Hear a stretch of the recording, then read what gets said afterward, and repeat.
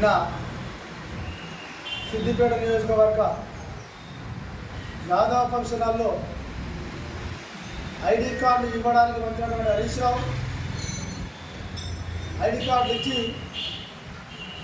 యాదవ్ అభివృద్ధి గురించి మాట్లాడకుండా, గతంలో ఆయన ఏం చేసిండో చెప్పకుండా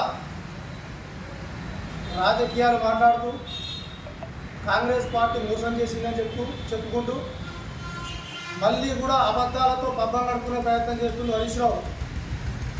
ఈ సందర్భంగా హరీష్ రావునే గుర్తు చేస్తున్న విషయం ఏంటంటే, గత బీఆర్ఎస్ ప్రభుత్వ హయాంలో నాడు బ్రిటిష్ వాడు విభజించు పాలించు సూత్రం వాడినట్టు మామ అల్లుళ్ళు అన్నదమ్ముల్లా కలిసి ఉన్నటువంటి గొల్ల కుటుంబాలను విడదీసి విభజించు పాలించు సూత్రం వాడి ఓట్లు దండుకొని గద్దెనెక్కి యాదవుల అభివృద్ధిని విస్మరించారు.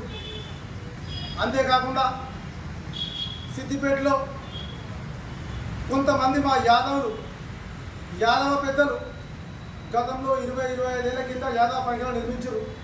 దానికి హరీష్ రావు చేసింది ఏం లేదు. నిన్న మొన్న గత ప్రభుత్వ హయాంలో 4-5 ఏళ్ల కిందట రెడ్డిలకు ఫంక్షన్ హాల్ కట్టించిండు, ఏసీ ఫంక్షన్ హాల్, ముదిరాయలకు ఏసీ ఫంక్షన్ హాల్, కుమ్మటి వాళ్ళకి ఏసీ ఫంక్షన్ హాల్. కానీ మా యాదవులకు మాత్రం హరీష్ రావుకు కుమ్రవెల్లి దగ్గర ఏదైతే ఆవుల చెట్లు ఉన్నాయో అంతకంటే అధ్వానంగా యాదవుల ఫంక్షన్ హాల్ ఉంది హరీష్ రావు.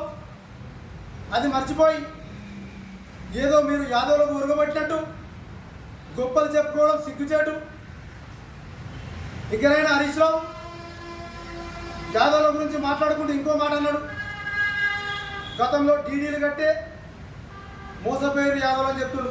అయ్యా హరీష్ రావు, గతంలో గొర్రెల స్కీములు తెచ్చి యాదవులు అంటే చదువుకోవద్దు, అభివృద్ధి చెందద్దు, యాదవులు అభివృద్ధి చెందితే ప్రశ్నిస్తారు అనే ఉద్దేశం కొద్దీ నీ మామ నువ్వు నీ బీఆర్ఎస్ ప్రభుత్వం గొర్రెల స్కీమ్ తెచ్చి ఆ యాదవులను గొర్రెలను చేసిరు.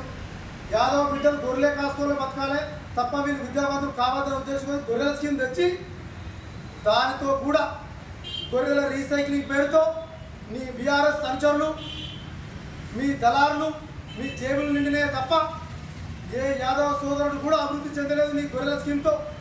అంతేకాకుండా గొర్రెలు ఇచ్చినప్పుడు ప్రతి గొర్రెకు ఇన్సూరెన్స్ చేస్తామని చెప్పారు. చనిపోయిన ప్రతి గొర్రెకు ఇన్సూరెన్స్ చేస్తామని చెప్పి నియోజకవర్గంలో ఏ ఒక్క యాదవ సోదరుడు ఒక్క గొర్రెకైనా ఇన్సూరెన్స్ చేసినావా అని ఈ సందర్భంగా నేను హరీష్ రావును ప్రశ్నిస్తున్నా. అంతేకాకుండా ఇంకా సర్వే గురించి మాట్లాడిండు, బీసీల సర్వే గురించి. అది కూడా రాజకీయం చేసిండు. అక్కడ వచ్చింది యాదవుల గురించి అయితే రాజకీయాలు మాట్లాడిండు. అయ్యా, గతంలో నీ బీఆర్ఎస్ ప్రభుత్వ హయాంలో నీ మామ నువ్వు సమగ్ర కుటుంబ సర్వే పేరుతో కోడి పిల్లల లెక్కలు కూడా రాసుకున్నావు ఊరూరో తిరిగి. మరి ఆ సర్వే వివరాలు ఏం చేసిరో ప్రజలకు చెప్పాలా మీరు? హరీష్ రావు ఇంకా కూడా గత 25 ఏళ్ళుగా సిద్దిపేట నియోజకవర్గంలో యాదవుల ఓట్లు దండుకుంటూ నయాన్నో భయాన్నో మభ్యపెట్టి అని యాదవులను మోసం చేస్తున్నావు. ఖబర్దార్ హరీష్ రావు, ఇంకోసారి మోసపూరిత మాటలతో యాదవులను మోసం చేద్దామనుకుంటే రాబోయే స్థానిక ఎలక్షన్లో నీ పార్టీని నిన్ను పాతరేస్తామని సందర్భంగా హెచ్చరిస్తున్నాను. ఖబర్దార్ హరీష్ రావు.